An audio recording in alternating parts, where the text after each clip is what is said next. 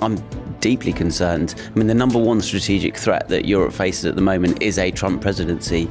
The Brits and the Europeans need to work closer together because really it's existential at the global level now. There's no such thing as a unipolar world anymore. It's more multipolar, and the challenges are so enormous that no country, including the US, can do it by itself. Foreign policy didn't get a look in the election. Has anything changed? Does Labour have anything different to say? We'll see. We'll see. And look, if it doesn't need changing, it won't be changed. We're not here to be silly. Britain likes to flatter itself as sort of a world player. Is it really? Hello and welcome to the Political Forecast. After a week-long victory lap in the UK, Sir Keir Starmer flew to America, where his Western allies have been in a less celebratory mood. NATO leaders are making the usual noises about solidarity against Russian aggression, but is the alliance facing unprecedented structural weakness? Much of Europe is in political turmoil, with France paralysed after its snap election and the German coalition pulling apart, while Joe Biden's presidency is near meltdown as senior Democrats turn on him after his disastrous debate against Donald Trump. So how much is all this a sign of a wider decline in Western power? The UK has a fresh Prime Minister, but does it have any fresh foreign policy ideas? Here this week, two of Parliament's new recruits who have long track records in this area. Mike Martin is a former army officer and military strategist and is now a Liberal Democrat MP. Labour's Mike Tapp was also in the army and has worked at the Ministry of Defence and the National Crime Agency. And we also have Karin von Hippel, one of the most respected voices on international relations, as the Director General of the Royal United Services Institute think tank. Thank you all very much indeed for joining us. Because you're both called Mike, I will, as whenever I remember, say Mike Tapp and Mike Martin. And for viewers, if you're trying to work out who is who, the red tie is Labour and the yellow handkerchief is Liberal Democrat. Gold, sorry, yes. So, Mike Martin, how worried are you by the prospects of a Trump presidency, weak Europe, and where that leaves the alliance? I'm deeply concerned. I mean, the number one strategic threat that Europe faces at the moment is a Trump presidency. He's already several times sort of skirted around this issue of whether Article 5, which is the collective defence guarantee, whether he's going to honour that. And if he doesn't, we have a huge problem in Europe and in the UK. NATO is the cornerstone of our defence. It's everything. But NATO doesn't work without the American backbone that runs through it in terms of logistics and generating force structure and all the rest of it. And how do you think it would change? Because a lot of people, when asked, say, well, Trump talks a lot, but, what he actually does isn't quite as bad. He won't do what he's saying now. What is your actual fear about what he will do? The problem is that, if Trump becomes president, we're probably not looking at a formal leaving of NATO. Like, there's probably enough heft in the American system to stop that happening formally. But geopolitics, conflict, this all relies on psychology. And so if Trump's saying, well, Latvia, the Russians can have that, or they haven't paid enough, so we're not going to defend them, then you have a position where someone like Putin is not sufficiently deterred. We're fighting a land war in Europe at the moment because he wasn't deterred previously in places like Georgia and Syria. And so he then has a nibble at Latvia, and then the European countries are thinking, okay, so we need to respond under Article 5, defend Latvia, collective defence, but are we going to do that without the American backbone? And so it all starts to unravel very, very quickly. Mike Tapp, foreign policy didn't get a look in the election, and there's sort of an assumption that not very much has changed. Has anything changed? Does Labour have anything different to say? I think there is consensus on, having put our full weight behind NATO and that being that cornerstone of defence and ensuring that NATO allies are funding properly, and obviously that we're building a military that can defend our allies and also defend our own nation. We have said that, we're not happy with the state of the armed forces at the moment. It's the smallest since Napoleon. So we're going to put that strategic defence review in place. And, we are seeing complex threats geopolitically, but also it's important that we're forming the right relationships. And David Lammy was in the EU talking about security pacts pretty much on day one. And that's a really positive sign of where we're going. Is that basically where Labour has an opportunity to sort of improve the relationship with Europe? We've seen them talking about European security with the Germans. Mm-hmm. It's vital. We've got to work with our European allies, but obviously NATO is the important, ally of a collection of nations that will keep the world safe, essentially, and ensure that we have that collective defence. And the Americans are vital in that. So our relationship with America, our special relationship must continue, and it will. And obviously we've seen Keir Starmer with the American president just yesterday talking about these big issues. I mean, Karin, leaders like to talk about stability and offer some sort of security, but how perilous are things right now? Well, just to build on what Mike was saying, President Biden and Prime Minister Starmer yesterday did talk about Europe. I think the United States is very keen that Brits do more in Europe, and I think he passed that message on yesterday. And it'll be even more important if Trump comes in, because the UK relationship with Europe will matter more, because America will be unreliable going forward. And so I think that's something that either way, Europe matters now to the UK. I mean, that was always the traditional role of Britain with America, wasn't it? To be the bridge into Europe. And that worked when we were in the European Union. And then that stopped. And so it was quite interesting to hear Joe Biden talk about that again as Britain's role. Is that something that can happen? Is it real?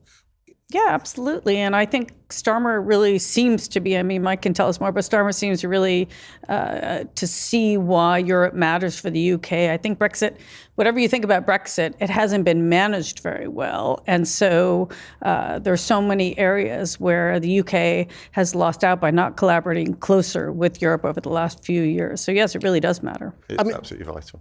But if NATO becomes, weaker is the wrong word, but if NATO is unable to do very much because of a new presidency, Europe can't really fill the space, can it, Mike Martin? It has to. That's the defense. But in sheer military size, it's dwarfed without American military might, isn't it? I think that's right, and particularly American air power. But what can the UK do? Well, we're talking about this defence review that's going to be a year long, and then it's going to report. This is crazy. This should have been done 5 years ago. We've not said it'll take a year. We'll say it starts next week, and it will be fast because we need to assess these threats. And actually, John Healey's been laying the groundwork for this before the election, so we're ready to roll on it, and it will be quick. We're obviously not going to put an exact time frame on it, but it won't be a year. Sure. So an understanding of what, the first thing we can do is actually make a statement that the UK military is going to focus on regional security. Hitherto, we've been talking about global Britain, Indo-Pacific tilts. That's not the game that we're in now. We're talking about our backyard, up to the Arctic, the Atlantic, down to the Mediterranean, and the European, the Euro-Atlantic area as it's known. And once you've looked at that and said that the mission of the UK military, in partnership with European allies, is to do regional security rather than to have a sort of globally deployable expeditionary military, which is what we've had since the Second World War, but increasingly has become a paper tiger on paper. We haven't been able to do it through successive defence reviews and salami slicing. Then you can start to look at the capabilities, and then you can look at what money you need to inject to fill some of those capabilities. But we also will probably find that some of the capabilities we have, like the 2 aircraft carriers, are not suitable for that regional security role. And so the question for the Labour government is, and obviously these carriers were built, or initiated under the Brown government. The question is Labour willing to make difficult choices like getting rid of those 2 carriers and re-rolling some of the capabilities that we have to focus on this new regional security mission rather than a globally deployable, fight anywhere expeditionary military? Do you think you will, Mike Tapp, define what the British military is for in those terms? Or will we try and have a military that can do everything and go everywhere and do international peacekeeping? And it will be ready to defend against the threats that exist. And that's why this strategic review is so important. It's going to bring in intelligence. So it'll still try and do everything? It will do what's necessary. And that's the sensible approach. This is an adult, sensible government that looks to keep this country safe. And it brings me on also, if you don't mind, to the relationship with the EU and things like ensuring that we get control of the borders, which is really important. So those relationships are vital. So the Labour Party is looking at serious defensive measures, but we need to conduct this full review in pretty quick order in order to get that in place. But Karin, does having an adult, serious government in Britain make that much of a difference when you're adversaries and some of your allies are neither serious nor adult in some cases. Well, look, I think it's certainly the case that if Trump wins, Europe will need to come together and go for those efficiencies that you were talking about that they don't have right now. So it'll be more existential for Europe. I think the UK will need to be part of that. But war now is no longer just about brawn. It's also about brains. It's about technology. And there are those capabilities in this country, for sure. It's just about using them in the right way and understanding how to pull your strengths together and work with your partners where they have strengths that you don't have. But I mean, do we need to actually say, as Mike Martin suggests, the security outlook has changed? You know, the threat now is right on our front doorstep, and we need to focus on Europe and where Russia is going and where Russia might go next, and that's what we should focus on. No, because... Or do you always focus on the wrong, you have to focus on China, conflict? You have to focus on Russia. China is all over Europe, it's in the UK, it is a globally ambitious power, so you can't just focus on one part of the world. It's too complex now. And by the way, no country, including the United States, can do any of this on their own anymore. So partnerships do matter. And so there is a window now before the end of this calendar year, for the U.S. elections, certainly to try to get as organized as possible. But don't forget, there are three options in the United States, right? There's a Biden win, there's a Trump win, and there's another Democrat who could come in if Biden does decide to step out, and we'll know that in the next few weeks. And so your assumption would be that if there's a Democrat victory, then everything's easier and calmer. Certainly, but that doesn't mean that Europe doesn't need to get its efficiencies in order, that the Brits and the Europeans need to work closer together, because really it's existential at the global level now. There's no such thing as a unipolar world anymore. It's more multipolar, and the challenges are so enormous that no country, including the US, as I just said, can do it by itself. But when Europe is so politically divided, and you've got very, very different political forces in play, can you have any kind of real agreement on what European defense looks like? It's a challenge for sure, especially now that Hungary is in the presidency of the EU. It's certainly a challenge, but I guess it'll depend on what happens. And you know, are there more conflicts that will bring Europe closer together, or will it be divided? And that's hard to say right now. It seems to me the question is not, is it possible, but to accept that it's absolutely essential. So we must find a way of making it work. And there may be some countries like Hungary that aren't going to play along with this, but there are, you know, we've got the Joint Expeditionary Force with the Nordics and the Scandies and the, you know, Holland and so there are lots of groupings that we can build together, and we just have to build them. We have no choice. And I'd say, you know, we are waiting to see what happens in France, for example. We can't influence that. We stay out of other people's democracies. But what we can do here is offer a stable anchor, you know, with those good relationships in place across Europe and across NATO, so that going forward, we're ready to lead, essentially. But a stable anchor requires a military that is able to, you know, militaries, when we talk about the sort of salami slicing of the British military and it being a paper tiger, that's partly a capability problem. Like, we can't, as General Sanders said, fight, you know, a small war for more than a month without everything falling apart. But it's also about deterrence, right? Mm-hmm. You know, conflict is about psychology, geopolitics is about psychology. If your army is not big and well trained, it cannot deter. And so do you think this argument about 2.5% of GDP is actually big and significant, or is it sort of just politics? Well, are you saying we need to spend an awful lot more? This is how we talk about defence. It's kind of weird, right? Because effectively what we're saying is we're going to argue about the input rather than the output. And I think it's much more important to say what it is we're doing, you know, whether it's regional security or globally deployed expeditionary military or whatever. That's the first thing. Then we'll talk about what capabilities we need to have to fulfil that mission in partnership with allies. And a lot of these partnerships are not just about operational groupings to fight wars. It's about procurement. Every nation in Europe has a different rifle. Yeah. It's completely ridiculous, right? They all have the same ammunition because it's the NATO standard, but they all have a different rifle. Why do they have that? And then you start to look at, well, how much resource do we need to provide that capability to enable that strategic end state? Like, we're doing it, you know, back to front. I mean, Mike Tapp, I mean, you know, you're not a minister yet, and you don't speak for the Labour government, but I mean, do you have any sense of whether whether Labour is thinking like that? Absolutely. Or whether, you know, and what it really expects to do about the capability and funding of the military? Because it's all very vague at the moment. It's sensible thinking, which is assess the threat And it's, our military and defensive services are threat-led. That's the whole idea of the strategic review. So once that's in place, we can then look at what we need. But every government says this, to be honest. So the question is there anything different this time? We'll see. And look, if it doesn't need changing, it won't be changed. We're not here to be silly. We're here with sensible politics to ensure that we defend the nation effectively where needed. But what you all agree on is the capability of the British military at the moment is not good enough. And you all want to increase the funding, but you can't commit to in a precise time frame. And that if your colleague here, Mike Martin, is right about psychology, the psychology of sort of where we're going with the British military is pretty vague at the moment. It doesn't offer much reassurance. We're day 5. So you're not going to have full detail on these issues. It's about the sensible approach to ensure that we are secure and getting up to 2.5% of GDP when fiscally allows that. Karin, while all of this has been going on, on the other side of the world, we've seen Putin meeting the Chinese regularly, being hugged by the Indian Prime Minister, on big tours. Lots of going to North Korea, doing deals with North Korea.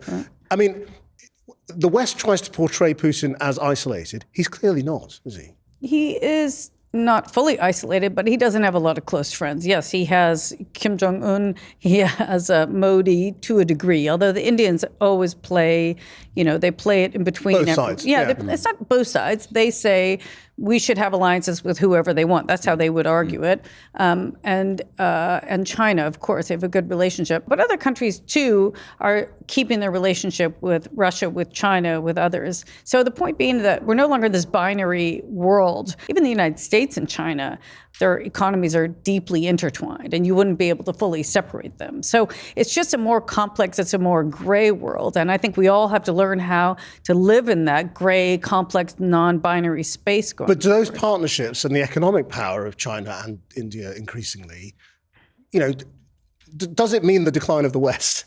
Does one? I don't know what we call them now. Yeah, no, it's But does one side of the world sort of changing and being more important and being more economically powerful? I don't think mean it's that zero there is sum. an inevitable. No, I don't think so. But we're shifting from this post Second World War order. And within a large order, you have eras. So you could have the Thatcher era, the Trump era. But it's all been part of this post-World War II order. We're shifting to a new order, but we don't know what it is yet. And so we can shape it or it can be shaped. And our job really is to try to shape where it goes. And we're still not sure what that means. So I think we do need to be proactive. We need to think about our alliances and what's the most important way of going forward. And then we need to think about how do we draw those countries in better that are on the fence or that are even tilting towards China, Russia, and those countries. And so how important is Britain and having a new British government in that? Look, I think... Britain likes to flatter itself as sort of a world player. Is it really? Size doesn't always matter, and you see very small countries, exercising a lot of power because they're smart about their own power. You see big countries not doing that well, even with a lot of might and a lot of heft. And so it really is about a smart policy, really, rather than size or how many guns you have. I think it really is about just being much shrewder than we have been in the past. How do you think Keir Starmer is going to try to project Britain's role in the world now? I think we are natural world leaders, and we've seen that over decades. And I'm really excited about the possibility of leading on, energy security. I mean, that's what I think. When you say we are natural world leaders, so I like what to look does that back. mean? I like to look back to things like the Industrial Revolution, and that spread throughout the world, and it set our economy where it is now. And I'm really excited about the prospect of a green economy going forward. If we can go fully renewable by 2030, that is energy security. That takes away a lot of that power for the likes of Putin, but also creates thousands of jobs and saves the planet, essentially, if we can export that. If we can create this green economy and lead on that, we can say to others, look what we've done. I'm kind of just thinking a bit bigger than that, sort of on the world stage, when he goes to G7 summits and NATO summits, and what do you think Britain's role is going to be? Where is Starmer going to stand in that? And is he going to be a big figure or a medium-sized figure or a small figure? I think he will be a secure, a stable figure. that wise counsel, that leadership. Well, not necessarily from the front. That's often the Americans that provide that leadership, but someone that is trusted across Europe and across NATO and across the world with those relationships in place. And that's what we're seeing already with our big push on diplomacy at NATO, with Mr. Lamy over in the EU on day one. We're taking this really seriously.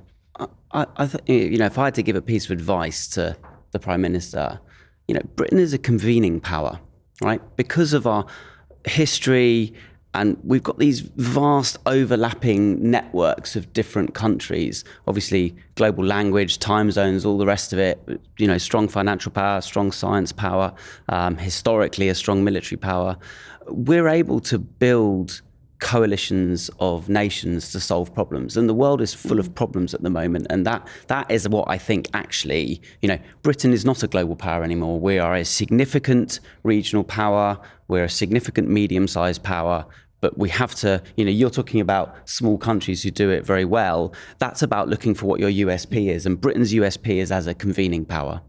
Do we have convening power worldwide, though, Karin? Yeah, sure. Anybody can if they have a good idea. I mean, I don't worry so much about who's number one or who's the biggest or who's the strongest, because that doesn't really matter anymore. It's really about pulling people together, having the right ideas to pull people together. And yes, the UK has been very good at that in the past, and there's no reason why they wouldn't be in the future. It is about listening, and it's about understanding different perspectives. It's not just the West anymore. We got to listen to other countries. Right? Yeah, showing a bit of humility, too, going forward. So it doesn't really matter.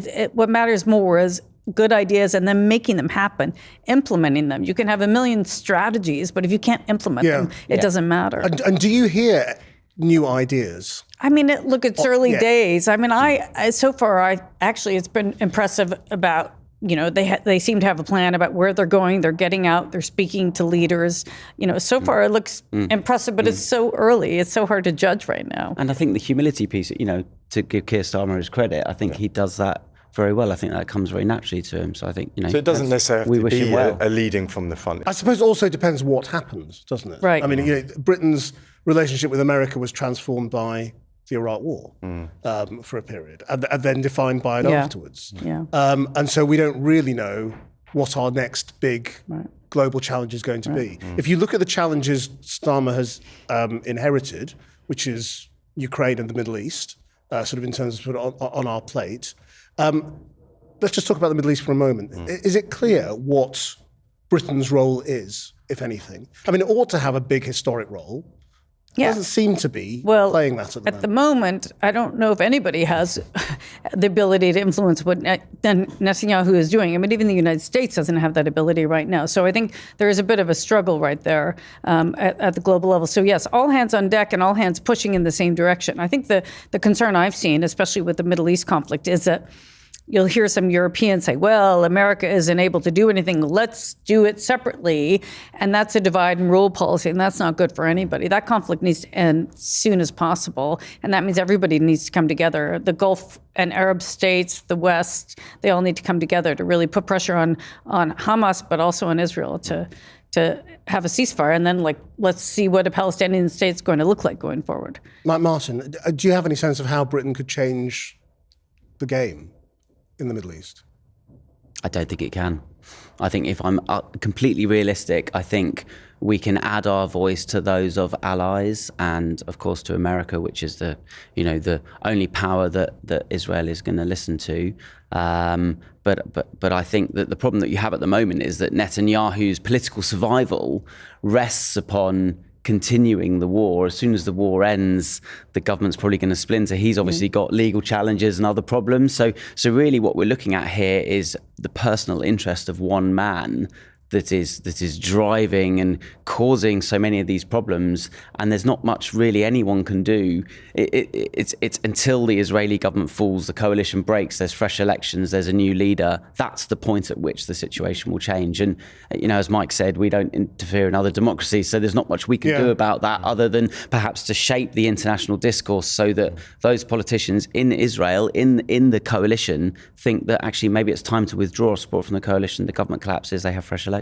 And also to figure out what happens afterwards. That needs to be planned now, is how to rebuild a Palestinian state and the role that all these countries will play. It's collective pressure. we must maintain that for a two-state solution, to have the hostages returned. But you're under a lot of political pressure at home on this. You lost maybe 5 seats over Israel-Gaza last week, and even people who are supporting you, there's a sense that people want something to happen. And they want a different message. The Labour Party has been really clear on this. We're the only party to pass a motion when we're in opposition calling for an immediate ceasefire. It was brought up yesterday, speaking with Joe Biden, the American president. So we're taking this really seriously. But beyond, heavy pressure, there's not much we can do. We just have to keep saying the same thing. I do find it surprising that Keir Starmer, who has a background in international human rights law, is not able to argue more forcefully from a basis of the law of armed conflict, from international humanitarian law, in a more forceful way to force that, to argue, as you say, to shape the narrative that conflict should end, we should have a ceasefire, the return of hostages. I do find Labour's position somewhat... He can't call out, he can't say there's war crimes being committed. That has to go through an independent process. You can't have a Prime Minister making these wild... That's correct, but they're not that wild. And we've got the ICJ talking about this. I don't think they're that wild. But there needs to be an independent... But it's quite interesting that you're all basically saying Britain has no purchase on this. And that is a decline. Look, US isn't making US isn't making a difference right now either. Unfortunately. Well, exactly. I think the other thing is, we mentioned earlier about the decline of the West. Mm-hmm. Actually, that's relative. The West hasn't declined. What's happened is other powers have become more powerful. European economies are still growing. American economy is still growing, probably the fastest in the world. So it's relative decline, and we have to always remember that, because when we talk about the decline of the West, everyone gets depressed and thinks, we can't do anything. But that's not true. It's other countries have become more powerful, and we have to, as you say, understand that new reality and try and shape it in the best way that we can, not just for our own interests, but our collective global interests. Well, this is the political forecast, but with no election to predict anymore, let's look forward to the challenges about to face the new government. In just a minute, if you can, what is the one thing that you think is going to really test the Prime Minister on the international stage in the forthcoming months? Mike Martin. The election of Trump. That is his big... That is the big strategic challenge for Europe in the next 6 months. Mike Tapp. I think that the test is to remain that anchor, that, have that stability and the relationships in place. And I'm confident he can do it. He's started already. And Karin? I think making as much progress as possible in supporting Ukraine to try to finish this war, to get Ukraine on the front foot before the U.S. election. Do you think that's possible? I mean, the war could be done by November. No, it won't be done. But if Ukraine is at a more advantageous position than it is now, it's really at a stalemate situation right now. Ukraine needs to be further along and needs to strengthen its defenses and go on the offense against Russia. And it's going to be then in a better position if it has to go to the bargaining table, or when it goes to the bargaining table. Thank you all very much indeed. That was this week's Political Forecast. Look out for the new American forecast dropping soon. But for now, bye-bye.